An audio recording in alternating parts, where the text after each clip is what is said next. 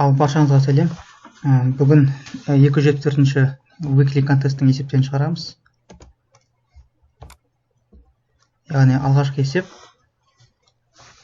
берілуі бойынша бізден андай жол берілген, яғни тек A және B символдарынан тұратын жол берілген. Егер барлық A символдары B символдарынан бұрын орналасса, true қайтарыңыз, әйтпесе false қайтарыңыз. Яғни мына жерде A деген әріптер B-ның алдында тұру керек. Яғни егер одан кейін тұратын болса, мысалы екінші мысалда берілгенде мына A-мыз B-дан кейін келіп тұр. Яғни осындай жағдай келетін болса, онда false қайтару керек. Ал егер A-ның бәрі B-дан бұрын келсе, true қайтару керек. Яғни былай бізде бір жол бар. Яғни A-лар бізде үнемі бірінші тұру керек. Яғни B-дан бұрын. Яғни мысалы бізде A-лар келеді. Сондай жолды екіге бөлгенде мына жақ тек B, мына жақ тек A-дан тұрған болу керек. Яғни сондай болса, біздің жауабымыз true қайтару керек. Ал A-ның ішінде келіп қалса, мысалы B-дан кейін, ол енді былай есептейміз, егер біз былай B-ны іздеп келеміз. Егер B бұл жерде кездесіп қалды дейік B. Және B-дан кейінгі жақта мына жерде бізде A кездесіп қалса, онда false қайтарамыз. Ал кездеспесе true қайтарамыз. Яғни бұны шығарудың бірнеше тәсілі бар. Бірінші тәсілі біз B-ның, алғаш кездесетін B-ның индексін тауып алсақ болады. Яғни I деген индекс. Одан кейін осының ішінде A бар ма жоқ па соны қараймыз. Яғни былай. Мысалы былай айтайын. S индекс B дейік.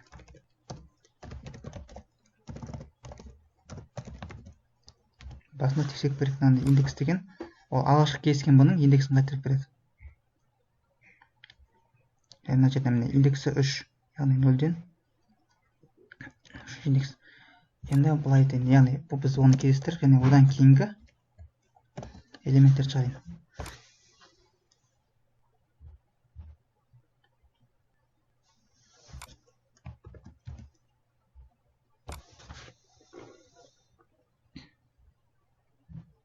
Міне алғашқы B-мызды кездестірдік, және одан кейінгі барлық элементтер шығарам. Міне B деп тұр. Мына жерде мен басқа тест кейс жазып қойын. Мына жерден A деп қойын. Яғни бұл жерде бірінші B-ның кездескен индексін аламыз.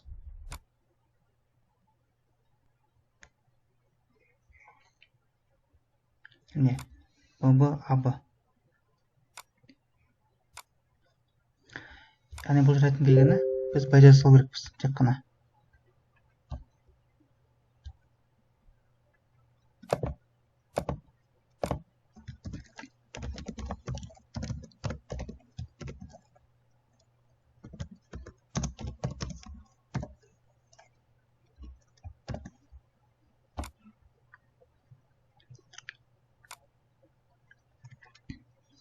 Яғни былай жерде біз бұның индексін тауып алдық қой, және осыдан кейін осының ішінде A бар ма жоқ па соны қарастырамыз. Яғни ол код мынау. Яғни B кездескеннен кейін, одан кейін бізде A кездесе ме жоқ па деген жауап. Енді бұны былай жасайық.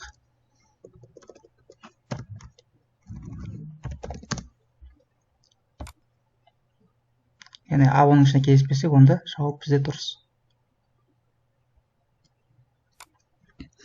Енді бізде тағы бір сұрақ бар. Егер бізде B жоқ болса, қалай болады? Мына жерде мысалы тек A-лар болса, онда жауап дұрыс болу керек қой.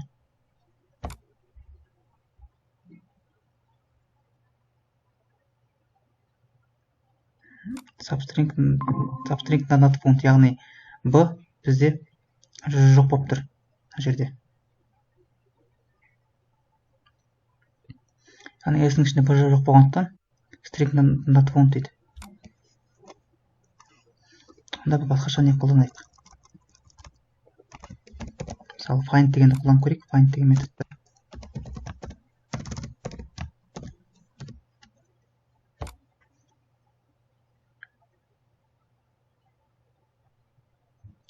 Минус 1 қайтарады екен. Егер B бізде жоқ болса, I бізде минус 1 шығады. Яғни оны былай жасақ болады біз. If I минус 1-ге тең болса, егер B жоқ болса, онда біз дереу true қайтара саламыз, бұл жоқ болса. Ал егер b болса, онда a-ны іздейміз мынаның ішінен.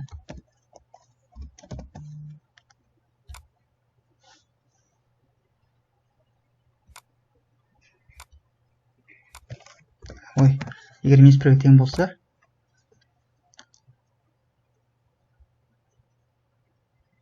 қайтарамыз деген, яғни осы бір шешім.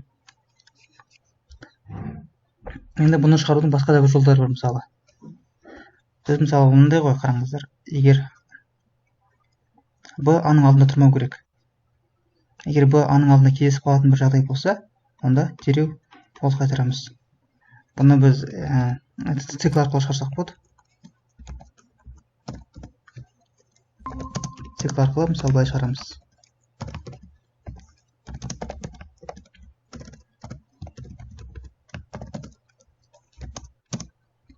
Яғни мен бірден бастаған себебім мен, яғни бізде мынандай жол болса, біз қараймыз, мысалы мына бізде бір элемент a болып, оның алдындағы элемент b ма деген сияқты қараймыз ғой. Мысалы мына бір айды қараймын, және айдың алдындағы элементті қараймын, a-1, i-1. Мына жерден көп көтеріп j болса, j менде a-ға тең болып, j-1 b-ға тең болса, онда менде яғни false қайтарамын деген сөз дереу. Енді оны былай тексереміз. Егер s i бізде a-ға тең болып, i-1-іміз b-ға тең болса, дереу false қайтарамыз. Егер онда жоқ болса, true деп шығарып саламыз. Бұл енді тағы бір шешім. Сонда бізде мынандай нәрсе бар, яғни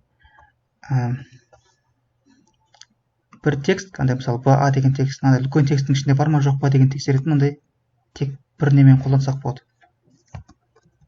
Принципе, мысалы мына жеріне жоғары төменде көрсетейін.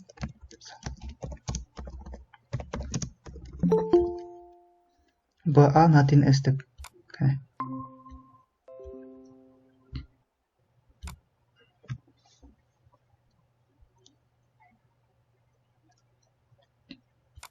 Осындай үш жол бар екен шығаратын. Біріншісі b-ның индексін табамыз. Егер b болмаса, онда true қайтарамыз. Ал b болса, бір жерде. Онда содан кейінгілердің ішінден a бар ма жоқ па соны қараймыз. Екінші неде біз a мен b кездесетін, яғни мына тура осы кодта мына жерде біз цикл арқылы шығардық.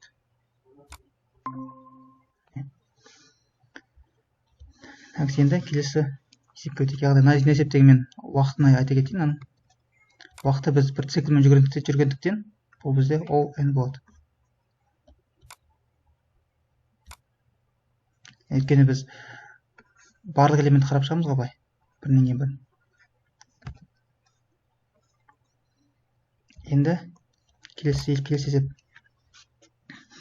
Банктың қауіпсіздігіне жауап беретін лазер құрықшылығылары бірнеше деңгейде орналасқан. Әртүрлі деңгейде орналасқан екі лазер арасында сәуле бар. Яғни жерден қараңыздар, бірнеше деңгей берілген. Яғни әр деңгейде мынандай лазерлер орналасқан. Яғни мына жерде бізде ол массив ретінде беріледі. Яғни 0 дегеніміз бос орын, 1 дегеніміз лазер. Банктегі барлық лазер сәулелерінің санын шығарыңыз. Яғни бізде мына жерде есеп бергенде әртүрлі деңгейде орналасқан екі лазер. Мысалы мына жерде бір лазер орналасқан, бірінші деңгейде, яғни үшінші деңгейде тағы бір лазер бар. Яғни арасында мынандай бір сәуле бар. Және бізге осында барлық сәулелерді табу керекпіз.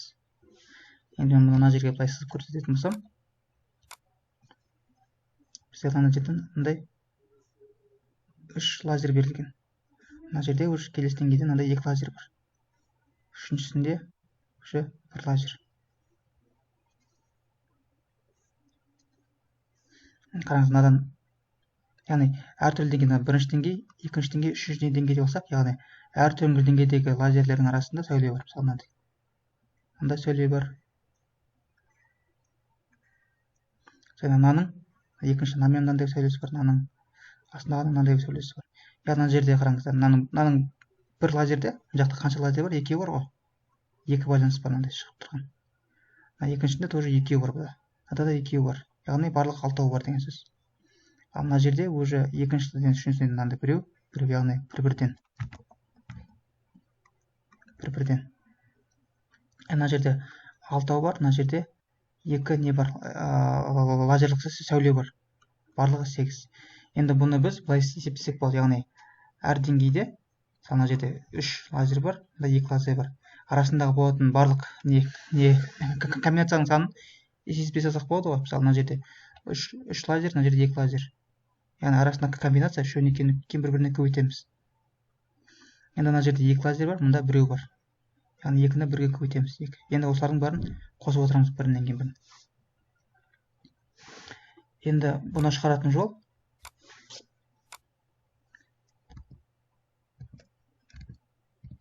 бізде былай, мысалы келесі есепте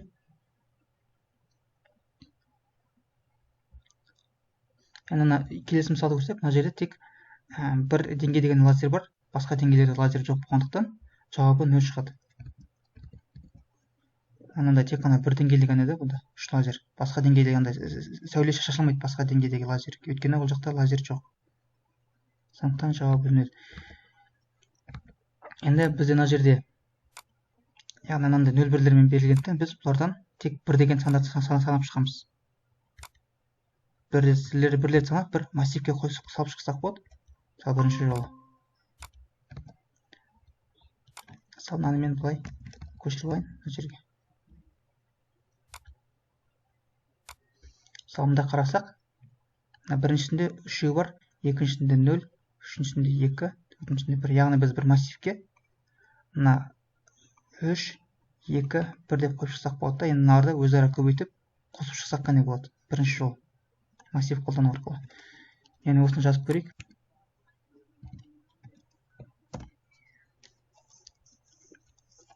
Так, бірінші біздің массив басында 0 беттен. Деңгейді мысалы лейблдап алайық.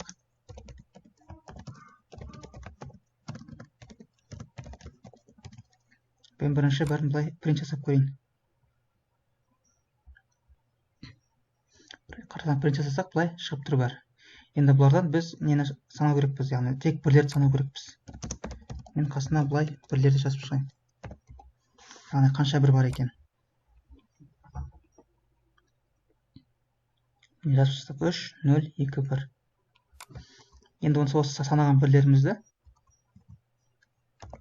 мына жерге мен x деп соған x деген айнымалыға тіркеп қойып, кейін қарайын, егер x менде болса, мысалы x деген 0-ден үлкен болса,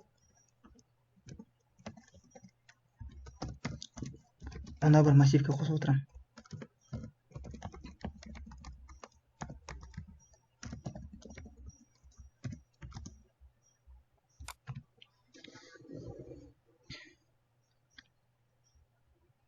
Қараңыздар, массивке салып шықтық бәрін.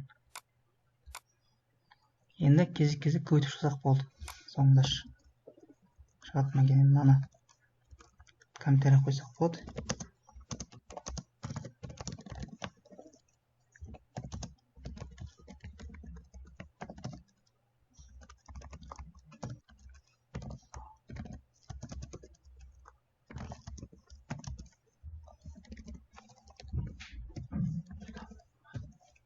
RAI минус 1.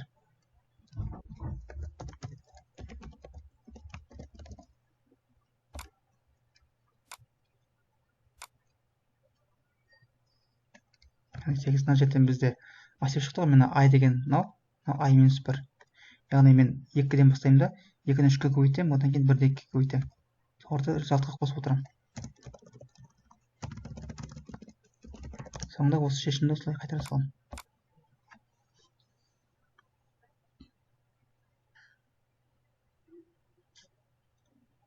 Яғни шығып тұр. Енді бұл бірінші әдіс, яғни бірінде массив қолданып, массивке сақтап отырдық. Енді бұл жерде біз уақытпен, яғни уақыт есептейік. Яғни былай айтайын, уақыт, яғни time complexity, space complexity. Яғни бұл жерде уақыт бойынша бізде мынандай бір цикл қолданып тұрмыз, яғни мына жолда бірлер жүгіріп өтеміз, сондықтан ол n-ға тең болады. Ал space дегеніміз біздің қолданатын не память дейді ғой, жад. Мына жерде біз артық мындай массив қолданып отырмыз. Мындай array деген массив қолдандық қой. Яғни ол бізде максимум n болуы мүмкін. Қараңыздар, егер бізде мына жерде 0 болып қалды ғой, 0 емес, мұнда бір 2 болғанда, онда мына жерге біз 2 деп тағы қосар едік. Енді бұл жерде бізде space-та n болып тұр. Енді бұны бұл шешімді тағы да тиімдірек жасасақ болады. Яғни time complexity қала береді. Space complexity-де, яғни бір қалатындай константа қалатын жолды қарастырып көрсек болады. Бұл жерде, мына жерде массив қолданып тұрмыз ғой. Яғни массив қолданбай, тек бір айнымалы қолданып шығарсақ болады. Яғни мына жерде мен былай жазып қояйын. Pref деп қояйын. Басында -1-ге тең болсын. Екінші қалмен мен бірінші былай комментарий қалып сақтап қояйын.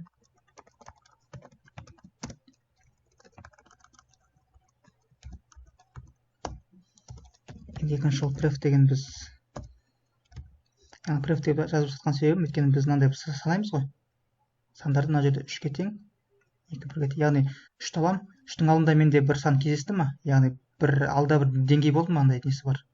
Несі лазерлер бар, деңгей болды ма, жоқ па, соны тексеру үшін бізде бір айнымалы керек. Previous деген мен басында -1-ге тең болады. Одан кейін мен қайтадан мына циклда жазамын. Өйткені банктегі барлық деңгейді қарап шығу үшін.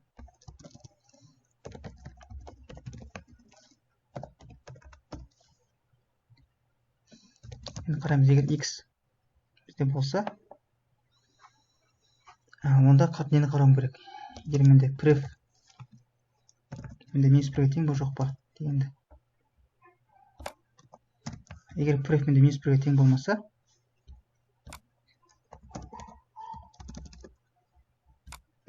result деген айнымалға мен previous пен қазіргі x-ті көбейтемін.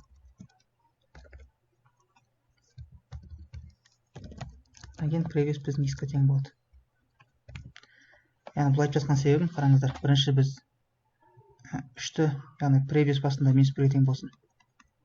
3-ті 3 шыққан кезде бізде previous -1-ге тең, біз онда ештеңе қоспаймыз да. Мына previous деген -1-дің орнына мәніне біз 3-ті сақтап қоямыз. Яғни previous бізде өзі 3-ге тең болды. Келесінде уже 2-ні естірген кезде қараймыз, бізде previous бар ма, жоқ па? Previous бізде бар болғандықтан екеуін бір-біріне көбейтеміз. 6-ға тең болады. 6-ны сақтап қойғаннан кейін мына previous-қа жаңа мән беремін, уже бұған 2 деп. Одан кейін соңында 1-ді кездестіреміз. 1-ді кездестіргеннен оның алдыдағы previous-ті қараймын. Previous деген айнымалы 2-ге тең. Яғни 6-ға 2-ні қосамын. Және де бұны 1 қыламын. Цикл біткеннен кейін уже мына соңғы шыққан мәнді шығара саламыз.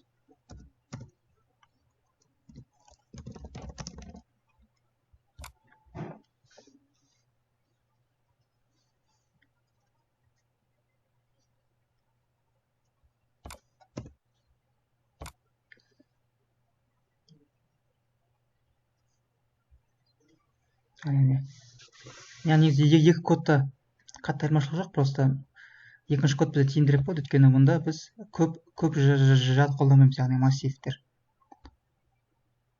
Яғни память көп алмайды. Екінші шешім. Енді үшінші есепке көшейік.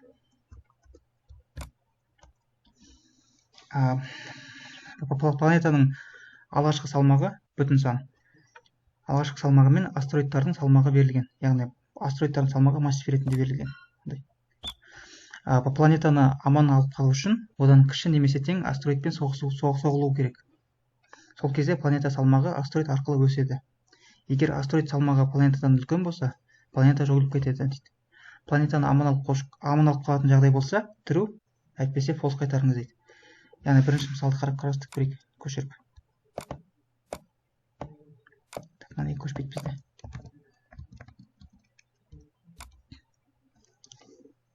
Яғни бізде планетаның массасы 10-ға тең. Қалғандары 3, 9, 19, 5, 21. Яғни бұл бізде бір ойын сияқты. Яғни мына біздің планетамыз 10-ға тең. Ол өзінен кіші бір планетаны табу керек, немесе өзіне тең болатын. Мысалы бірінші 3-ті алайық. 3-ті алып салыстырғаннан кейін 3 деген бізде кішкентай астероид, яғни жерге планетаға соғылғаннан кейін бізде мына планета өседі, яғни 13-ке тең болады. Одан кейін мына жерден қарайды, бұның несі шамашы ететін, мысалы 9 алады да өзімен соғыстырады да, бұл уже 22-ке тең болады өсіп. Одан кейін өзінен кіші қарайды, уже бәрі кішкентай ғой, енді біртіндеп қоса береді да өзіне. 41, келесі 5-ті алады да 46, 67 ма? Яғни мына жерде бұл жердегі жауап, яғни бәрімен соғысып, өзі үлкен, яғни планета соңында аман қалады деген сөз ғой. Мына жерде true қайтарады. Енді екінші бір мысал.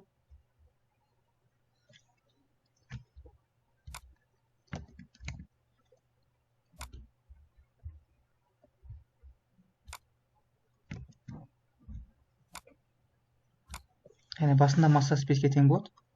Одан кейін өзінен кіші қайсы бар? 4 бар, иә? 4-пен соғысады да, ол 9-ға тең болады. Одан кейін өзінен кіші және тең қайсы бар? Мына жерде 9 бар. Қосады да 18-ге тең болады. Одан кейін 18-ден оның өзінен кіші тең 4 бар. Қосқан кезде 22-ге тең болады. Одан кейінгі тағы бір астероид, уже мыналарды қосқанның өзінде де мына астероид мынадан үлкен болып тұр. Сондықтан бұл жерде жауабы false болады. Яғни бізде планетамыз мына 23-ке соғысқан кезде уже жойылып кетеді. Яғни жауабы false. Екінші мысалда. Енді бұны шығаратын кезде біздің ойымызға келетін бірінші подход ол ана астероидтарды сорттап аламыз да, кішкентайынан бастап мынаны қоса береміз. Массамызға қоса береміз, яғни кіші немесе тең болған жағдайда.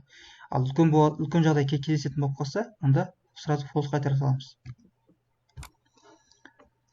Енді оны былай жаза салайық. Яғни A-ны сорттаймыз.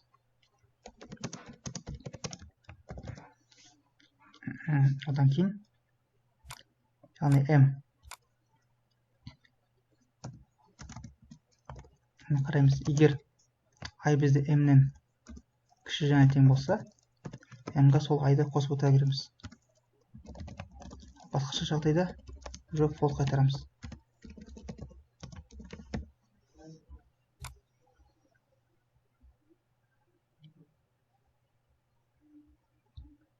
Не болды осындай шешім, яғни біз сорттап қана салыстырып қоса береміз жағдай. Бұл жерде енді біздің қолданған әдісіміз сорт болды. Яғни бұның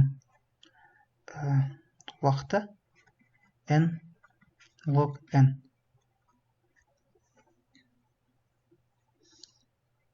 Бұл жерде сорттағанда біз барлығын қарап шықтық. Енді екінші бір жол бар бұны шығаратын, оны heap арқылы шығарса болады. Яғни heap дегенде біз мына min heap деген бар тақырып. Мынаның бәрін min heapқа саламыз. Және ол жерден минимумдан ала береміз мына қосылғанға дейін. Және де тағы бір жағдайға келген кезде уже, яғни ең минимальный мынадан үлкен болып кетсе, онда false қайтара саламыз. Heap.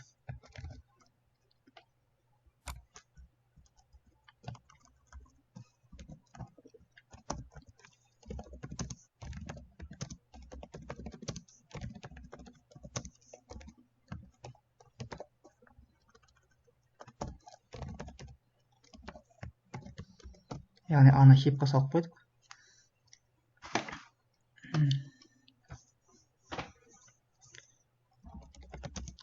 Енді қараймыз, while a дейміз да.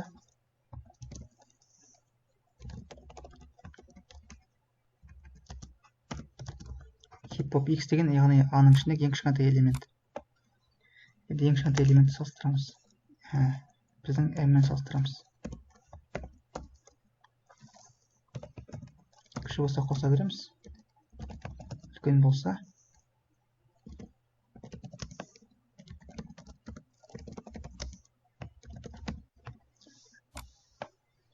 false қайтарамыз. Яғни осылай шешім. Енді екеуін салыстырып көрсек, яғни heap'тің уақыты бізде n log k. Яғни k дегеніміз бізде, яғни q жеге дейін келеді, соған дейін ғой. Мысалында екінші мысалды қарап көрсек болады. Екі емес, мысалы басқа мысал берейін. Бұл жерде 5 3, 2, 19, 35 деген сияқты массив берілсе, біз бұны бірінші егер сортайтын болсақ, бұл бізде мынандай болады. 4 көбейту лог 4 болады уақытта. Сортпен шығарсақ, ал егер хиппен шығарсақ, ол 4 көбейту лог 3 болады. Өйткені мынау бізде 2-ні қосады, өзіне 3-ті қосады, 19-ға келген кезде уже бітіп қалады, яғни k деген қай элементке келеді, сол жерде бітіп қалады. Яғни хип сортқа қарағанда, яғни кейбір жағдайларда тиімді, ал көп жағдайда бірдей деген сөз.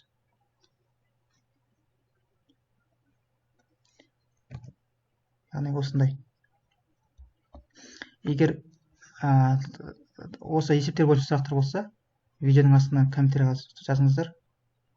Немесе біздің IT білім телеграм каналдарымызда, чаттарымызда сонда жазыңыздар. Сұрақтарыңыз болса. Назарларыңызға рахмет.